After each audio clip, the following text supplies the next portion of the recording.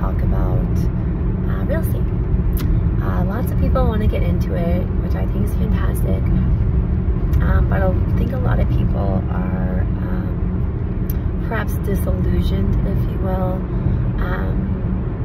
And so I thought I would share a few things that I don't think many people talk about. And I think we really should. We should like pull the veil back a bit. So, and the first taboo one is around finances.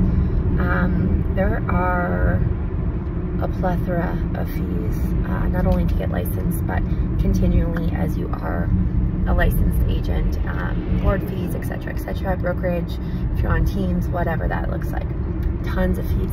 So you really, really need to budget and have a really good understanding of what that could look like for you in your jurisdiction.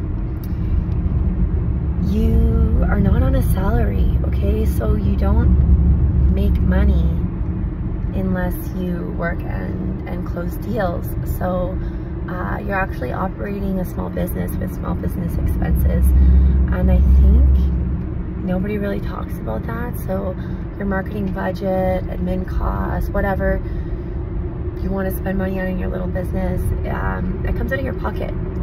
There is no corporate budget. So, I mean, that's like a big shock for some people. I highly suggest, if you want to get into the industry, that you have a little nest egg set aside, some savings, 12 to 16,000, depending on your jurisdiction, because like I said, it does cost a lot of money and you're not on a salary. The second thing I want to chat about is flexibility. I get this so often. People are like, oh, you're so lucky, your job's so flexible. And it kind of chuckles because while it isn't a traditional sort of like 9 to 5, which even my previous corporate world wasn't even a 9 to 5, it was often way longer than that. You're working a lot of weekends, you're working a lot of evenings.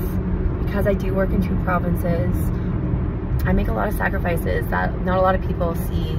And I mean, I don't really talk about that often, but in the effort to be as transparent as possible, there are a lot of sacrifices when it comes to your time.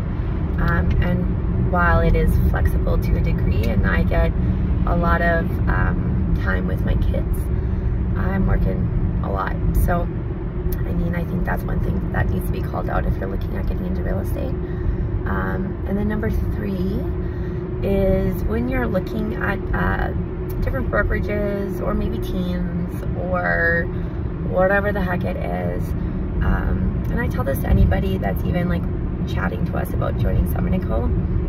Talk to lots of teams, talk to different brokerages, understand the full fee structure so that you're not surprised when a new fee pops up. And what do you get for that fee? Don't just look at splits, look at like total. In the corporate world, I would have called this total comp. But look at like total, are you getting mentorship, some training? Is it going to be fun? Are you on your own? Do you get leads? Like, what the heck are you getting for your money? It is your money. Going back to point number 1, it's your out-of-pocket money. That's not, that you're not netting at the end of the year. So I think it's super important. I think culture, at the end of the day, matters the most, but everybody has their number ones. And then last but not least is just you need some grit. You need to be able to hear no and have some, what's the word I'm looking for here? Resilience. Sometimes people that you think will choose you, they won't choose you for whatever reason. Maybe they know someone else, etc. And that really hurts. You're gonna have hurt feelings. You got to be able to shake it off and move on.